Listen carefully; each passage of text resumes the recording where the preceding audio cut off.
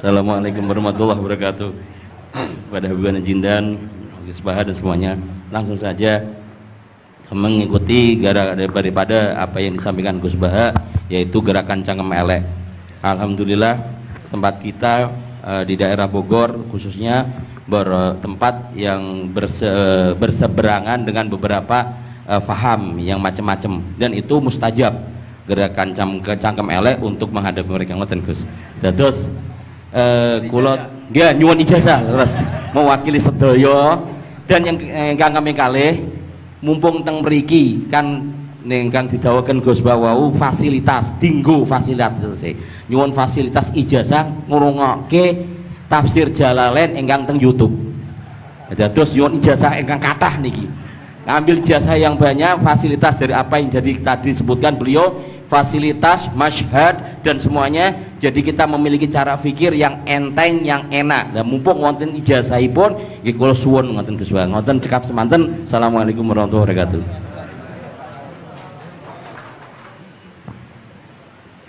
Assalamualaikum warahmatullahi wabarakatuh. Gus Baha, saya Nawawi Bahrudin. Kalau secara organisasi saya dari PCNU Kota Tangerang. Saya Mustasar. Bersyukur sekali saya bisa berjumpa dengan Gus Baha dan Habib Jindan, yang beliau ini keduanya adalah idola saya.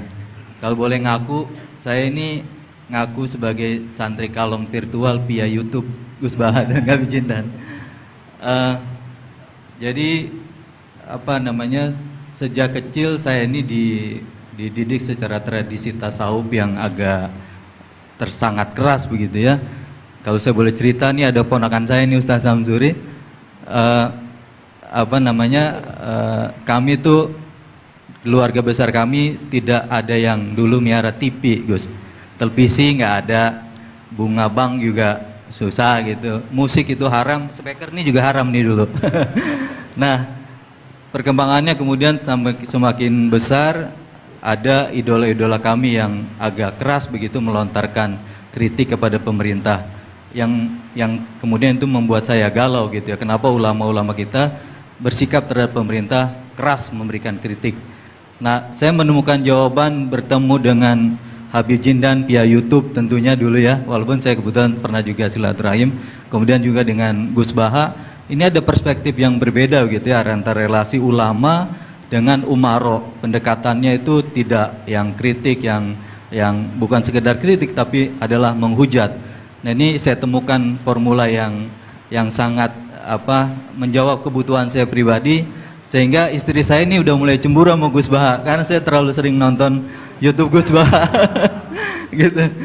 Nah yang kedua, soal sanad ya, salah satu bukti saya pernah dengar cerita Gus Baha, agama itu adalah bir riwayah, oleh karena itu perlu sanad. Nah saya merindukan bersanad dengan Gus Baha nih, tapi kan saya bukan santri yang secara langsung, oleh karena itu dalam kesempatan ini saya ingin minta rukhsah sebetulnya Gus dan Habib. Kami ini kalau boleh mewakili, diakui sebagai murid Gus Baha, bisa bersanad walaupun dalam pertemuan tatap mukanya saat ini aja baru. Mudah-mudahan ke depan bisa dilanjutkan. Terima kasih Gus. Assalamualaikum warahmatullahi wabarakatuh. Nggak apa-apa Ustadz, sahabat aja sekali ketemu Nabi langsung jadi sahabat kok.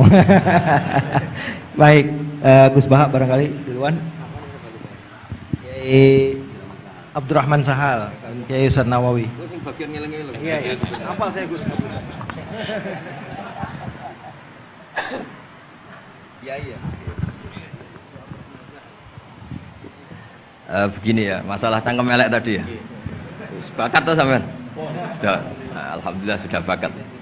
Karena kalau lewat Habib Jindan tidak pantas, beliau biar sempurna saja, tidak usah sanad itu. Jadi begini, dulu ketika Sulhul Hudaybiyah itu kan umat Islam sedikit sekali, terus dipaksa untuk pulang dari Mekah, tidak boleh umroh. Terus sahabat berkomitmen berani mati bela-belain Rasulullah SAW. Ketika berani mati ini digojlok sama orang musyrik. Jangan-jangan setelah kami perang betul, kamu meninggalkan Muhammad. Ini yang omongannya orang musyrik. Abu Bakar itu semua ulama tahu kalimat itu, cuma tidak usah diterjemah. Umsus bidrallat katanya. Itu adalah Abu Bakar yang ketikan itu. karena memang ekstrim. Terus kedua, ada orang Bedui itu ngukur seorang nabi itu dengan hal-hal yang kurang baik. Misalnya begini, ya Muhammad, kamu ngeklaim tahu berita langit, coba unta saya yang hilang itu di mana? Katanya tahu berita langit, sekarang tahu nggak unta saya hilang itu di mana? Mobil saya di mana? Begitu juga ketika untanya hamil, bunting itu tanya, Muhammad, kalau kamu nabi katanya tahu berita langit, kamu tahu isinya yang di unta saya ini?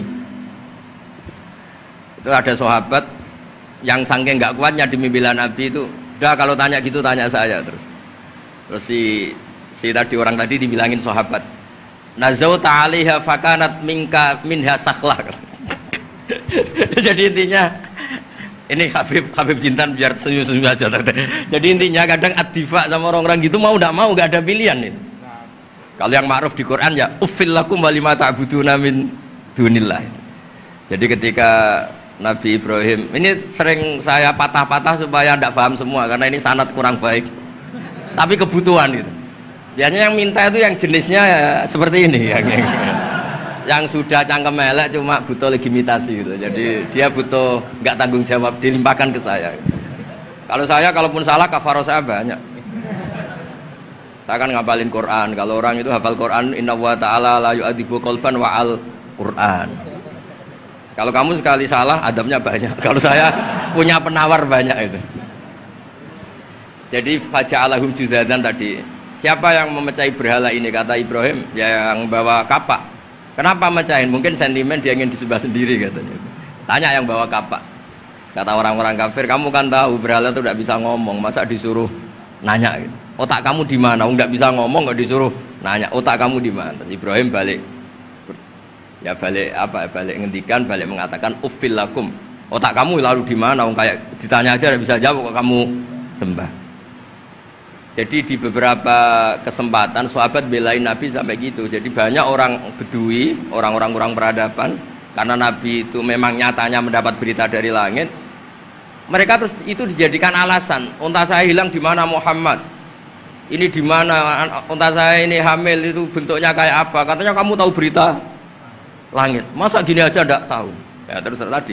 Saya enggak tahu, sahabatnya mungkin kayak jenengan enggak tahu saya. Terus dia ambil, udah tanya saya aja.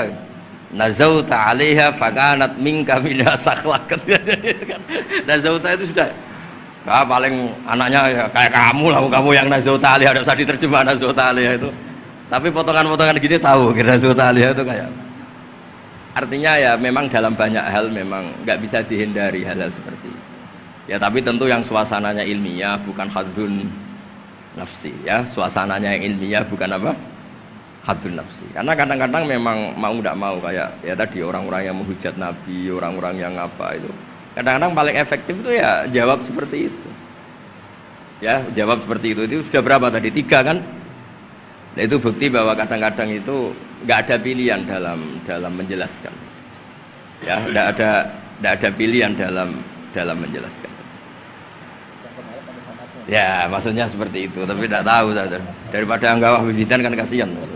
Saya aja yang jawab. Nah, terus tadi yang Jalalain rutin sanad saya memang sebetulnya kalau saya boleh milih di mana-mana sanad tuh ngajinya utuh. Saya dulu ngaji Mbah Mun itu mulai Jamul Jawami, Fathul Wahab banyak.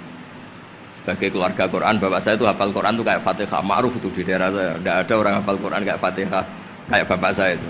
Makanya tradisi keluarga kami memang Quran. Terus babah kami juga dari ulama Lasem, Habib Jitan pernah rawuh di mbah saya. Kebetulan pondoknya mbah saya namanya juga Al-Fakhriyah.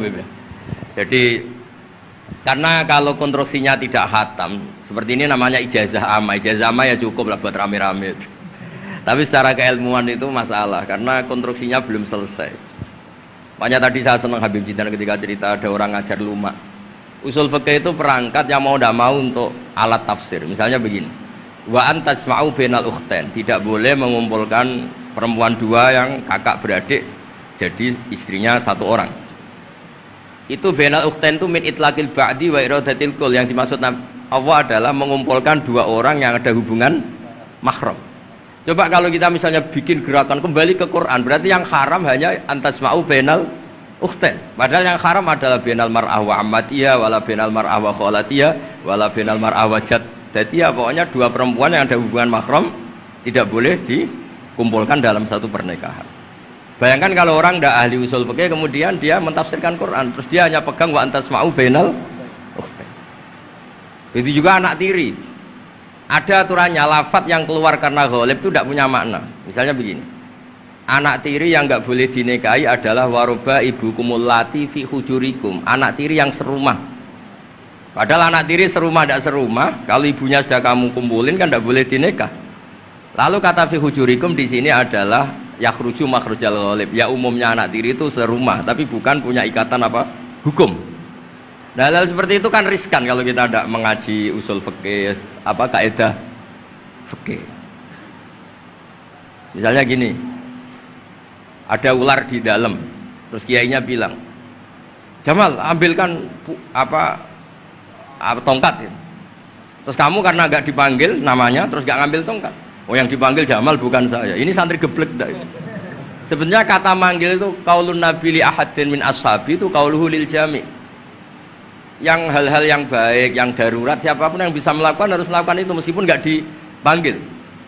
Coba semua wiridan, ya Mu'ad inni uhibbuka fakul dubura kulli sholatin Allahumma a'inni ala dzikrika wa syukrika wa husni ibadatik. Sebagai riwayat fala tada'anna dubura kulli sholat. Terus kamu bilang nama saya ada Mu'ad loh, berarti tidak kena ijazah itu. Itu harus ada analisis usul fikih. Kalau enggak ya habis kita. Semua wiridan tuh ya Abu Hurairah, ya Mu'ad, ya Aba. Nah, terus kamu, saya ada yang di waksiati Rasulullah, ada yang diijazahi, ya ada bisa. Jadi masalah sana tuh maunya kalau sampean orang baik, ya semua kebaikan tuh saya ijazahkan. Ya tapi tentu beda yang ngaji betulan sama yang ngaji begini-begini itu. Ya memang seperti itu, karena kalau ingin jadi ulama konstruksinya memang harus utuh. Karena tadi ada usul fikih, ada kaidah fikih, ada macam-macam kayak tadi wa antasma'u bainal ukhtain. Itu ya zaman Nabi Sugeng sudah nambahi wala bainal mar'ati wa amatiha. Tidak boleh menikahi istri dan budenya atau bulenya. Nah, kenapa Nabi tidak bilang wala bainal mar'ati wa jaddatiha? Kayaknya orang kelainan kalau kepikiran seperti itu. Loh, kalau bule itu masih masuk lah. Ya misalnya istri kamu 17, bulenya 27 kan kok cantik budenya kan masih bisa mikir gitu. Tapi kalau istri kamu 20, mbahnya 80 kok kepikiran itu kan. Sehingga di hadis memang hanya wala binal marati wa ammatiha, wala binal marati wa kholatiha. Nabi tidak mengatakan wala binal marati wa jaddatiha. Kayaknya kalau orang normal tuh tidak kepikiran itu. Ya tapi apapun itu nyatanya Quran hanya wa antasma'u bainal ukhtain. Itu kalau nggak dijelaskan pakai usul fikih, ini min itlaqil badi wa iradil qul secara balaghah. Ya, itu kan tidak bisa. Nah, di sini pentingnya ngaji khatam. Makanya saya suka ngaji Jalalain dengan penjelasan fikih, penjelasan usul fikih, karena supaya orang tuh tahu lah bahwa maknani Quran tadi seperti yang didahulukan Habib Jindan itu. Ya kalau kamu tidak menguasai betul terus akhirnya ngomong menurut saya, Quran kok menurut saya, menurut perasaan saya tidak bisa. Kata Habib Jindan kok biroihi, ya sudah pesen tiket di neraka. Ngeri kan? Apalagi sudah biroihi dapat penghormatan, dapat uang, dapat panggung. Islam kok menurut saya, loh ini Islam ya menurut Rasulullah, Islam kok menurut saya. Makanya ini saya fanatik bahwa kitab tadi saya tunjukkan ke Habib Jindan beberapa kitabnya Said Muhammad yang menyebut mbah beliau apa supaya mudawwan. Dulu itu ada orang alim alama namanya Les bin Sa'ad. Kata Imam Syafi'i, "Al-Les afqahu min Malik illa annahu daya'ahu ashabu." Imam Les secara fikih itu lebih alim dibanding Imam Malik, tapi daya'ahu ashabu. Murid-muridnya enggak menulis. Andai kan Habib Salim tidak punya putra Habib Novel, tidak punya cucu Habib Jindan, mungkin orang enggak bakas lagi Habib Salim. Bazuber andai kan tidak punya putra Mbah Mun, orang juga nggak bakas lagi Bazuber. Bapak saya Kiai Nur Salim andai kan tidak punya putra Samu, kan orang sudah lupa. Dulu ini cerita yang paling ekstrim. Dulu Nabi Ibrahim pernah dikira Yahudi karena punya keturunan Yahuda bin Yakub bin Ishak bin Ibrahim. Ketika Yahuda punya perilaku tertentu seakan-akan itu dari mbah-mbahnya. Baru setelah Rasulullah SAW memaklumatkan ad-dinul hanif, ad-dinul Islam millatun hanifiyah, millata abikum Ibrahim, baru terpulihkan nama Ibrahim. Makanya kalau dalam nasihat Arab itu kama takarrama bi Muhammadin Adnan. Dulu orang tuh nggak tahu Adnan itu siapa, Kusa itu siapa, Kilab itu siapa. Gara-gara punya cucu yang bernama Rasulullah Muhammad SAW, Sayyidul Khalqi, orang nyari-nyari Abdullah itu siapa, Abdul Muthalib itu siapa, Hashim itu siapa. Akhirnya diketahui Sayyid Abdullah itu orang yang ganteng, perilakunya baik. Abdul Muthalib itu orang yang pertama sering makan-makan, ngasih makan orang haji, gini-gini. dikatakan Syaibatul Hamdi karena terus orang ini dikatakan wasumi afisul bin Nabi sallallahu alaihi wasallam dzakara wa ta'ala walabba, ini dikatakan kusoi litakosi fi biladi atal kosia, terus dikatakan kilab likas roti takalubi fil ardi karena orangnya aktif sering berjuang di mana-mana terus. Jadi makanya kalau jenengan punya anak punya cucu doakan jadi orang baik karena status anda ini tertera cucu-cucu anda. Lho nggih misalnya bapak sampean alim terus putune nak domino di situ mabuk-mabuk di situ itu disatakan makam keramat apa tempat mabuk. Nah, makanya dzurriyyah ini penting. Makanya ketika Allah memberi hadiah pada Rasulullah Muhammad SAW kepada semua nabi itu disebut wa ja'alna dzurriyyatahu humul baqin. Ketika dikatakan kalimat tauhid juga wa ja'alaha kalimatam baqiyatan fi aqibi. Makanya ukuran orang baik itu ya anaknya, cucunya, apa-apanya karena ini yang meneruskan status kita. Ya jelas ya. Itu kalau anda ini ngaji khatam konstruksi itu tahu. Tapi kalau tidak khatam ya hanya modal qabilna terus. Ya tapi agak apa-apa daripada sama sekali. Malah yudroku kulluh la yudroku. Nggih kersane disambung Habib Jibril. Mau kersane kula ikut dengarin dulu. Yang kembali ada usaha Habib Sado aja Habib. Jenengan enggak patut yang itu. Yang sanad saja. Mboten sampun. Mboten sampun. Yang sanad ijazah amal. كما إن صحت لنا الإجازة كما أجازنا سيد الوالد الحبيب نوفل بن سالم بن أحمد بن جندان عن والده الحبيب سالم بن أحمد بن جندان عن شيوخه جميعا وعن الوالد الحبيب نوفل عن جد الحبيب علي بن عبد الرحمن الحبشي وكذلك كما أجازنا الجد الحبيب محمد بن علي بن عبد الرحمن عن والده الحبيب علي بن عبد الرحمن الحبشي وكما أجازنا شيخنا ومربينا الإمام الحبيب عمر بن محمد بن سالم بن حفيظ عن شيوخه وكما أجازنا شيخنا الحبيب علي المشهور بن محمد بن سالم بن حفيظ وشيخنا السيد محمد بن علي بن عباس المالكي والحبيب عبد القادر بن أحمد السقاف والحبيب أبي بكر بن علي بن أبي بكر بن علي بن عبد الرحمن المشهور والحبيب زين بن إبراهيم والحبيب سالم بن عبد الله بن عمر الشاطري وأخيه الحبيب حسن جميع مشايخنا فبأسانيدهم إن صحت لنا الإجازة أجزناكم في تعلم والتعليم تذكر التذكير في الدعوة إلى الله تعالى وفي أذكار سادة بني علوي وفي كل ما يقربكم إلى الله إن صحت لنا الإجازة أجازناكم بذلك.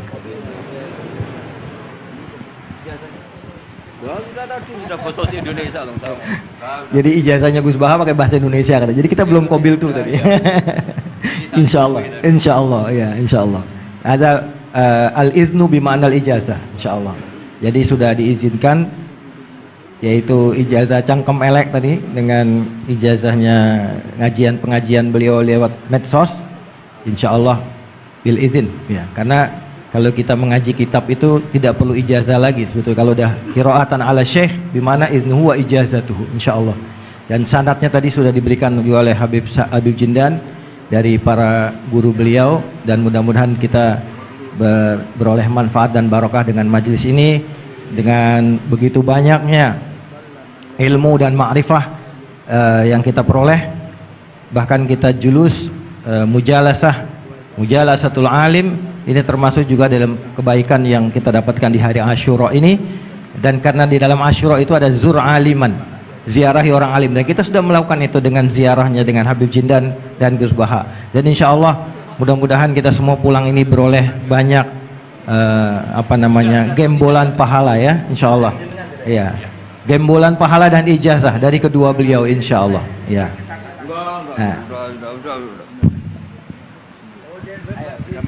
Ya, ajazakum kama ajazalana syekhuna wa syekhu syekhina Maimun Zubair wa aslafuhu ila Rasulillah sallallahu alaihi wasallam. Bilal ijazah wa tasyarrafna bikum wa jazakumullah khairan katsiran. Ya Yusuf Mansur mau ngasih ijazah enggak? Kali kalau Kiai Yusuf Mansur ngasih duit aja sama kita buat ongkos pulang. Setuju nggak kira-kira? Oh, setuju katanya. Baik, baik. Alhamdulillah majelis kita berjalan begitu lancar, mudah, tidak ada gangguan kendala dan semuanya pasti karena barokah para masyayikh kita, para ulama-ulama aslafun saleh yang telah meridhoi dan ridho dengan majelis kita ini. Kita doakan guru-guru kita yang ada di depan ini, beliau-beliau semoga selalu diberikan sehat, panjang umur dalam doa, dalam memberikan manfaat dan ilmunya kepada kita semua, dan menjadikan kita semua yang ada di majelis ini juga selalu menjadi tulabul ilm yang istiqomah, yang selalu meneruskan, insya Allah kita teruskan kepada generasi penerus kita, anak-anak cucu kita dalam tradisi keilmuan ahlu sunnah wal jamaah yang insya Allah akan selalu eksis di bumi Nusantara ini. Amin ya rabbal alamin. Saya sebagai moderator mohon maaf jika ada kalimat yang keliru dan salah. Kita akhiri dengan membaca subhanakallahumma wa bihamdika asyhadu an la ilaha illa anta astaghfiruka wa atubu ilaik. Dan sebelumnya ada pemberian cindera mata oleh Yayasan Fakhriyah kepada Gus Baha dari Habib Jindan.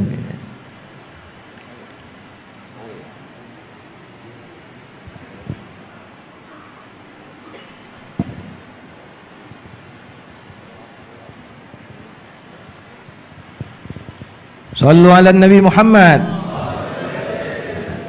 Kita senang dengan keberadaan beliau berdua ini, Masya Allah.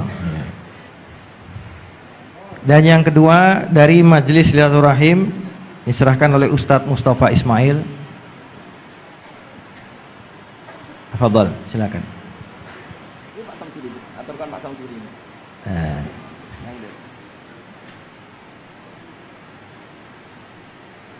Ini plakat nih, banyak ini. Nanti Gus Baha di rumahnya banyak plakat ini. Mudah-mudahan lemarinya ada Gus ya, buat banyak.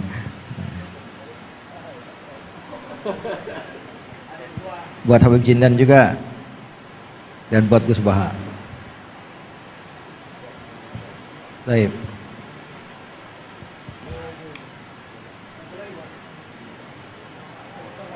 Ustaz, ya.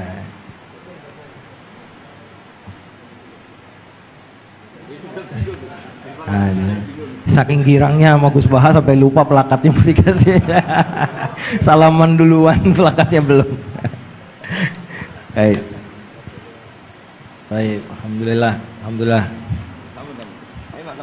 Alhamdulillah kita tutup majelis kita, dan sekali lagi kami mohon maaf atas segala kesalahan dan kekurangan. Adanallahu wa iyyakum ajmain. Kita setelah ini ada majelis rohah nanti dipandu oleh MC, dan saya sebagai moderator pamit diri dan alafumikum. Assalamualaikum warahmatullahi wabarakatuh.